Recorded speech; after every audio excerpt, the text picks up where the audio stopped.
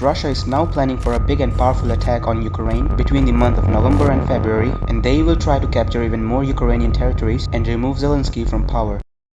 Russia has now activated the Dragon's Teeth military tactic against Ukraine. This tactic was first used by Russia in World War II against the Nazi Germany. The Dragon's Teeth tactic was used to stop approaching enemy tanks using many strong dragon teeth-like conical structures buried in the ground. Though these structures being very strong won't stop the enemy tanks but rather slow them down considerably. This is Russia's defensive move to protect the areas they have captured and added to the Russian Federation, and this will be used against Ukraine's upcoming huge tank assault to take back the Ukrainian territory Russia has captured. Hence Russians are placing these dragon's teeth on the boundaries of the captured areas to safeguard them. So Russia's plan is that on seeing the dragon teeth, Ukrainian tanks will stop and they then will bomb these structures to pass through, which will take them considerable amount of time since these structures are quite small yet very powerful even for the tanks to break through. Hence mostly a small passage is made from which all the tanks has to pass, since creating many passages will take huge amount of time. So while passing through one passage, the tanks comes very close to each other, and that is when Russia's anti-tank guns and missiles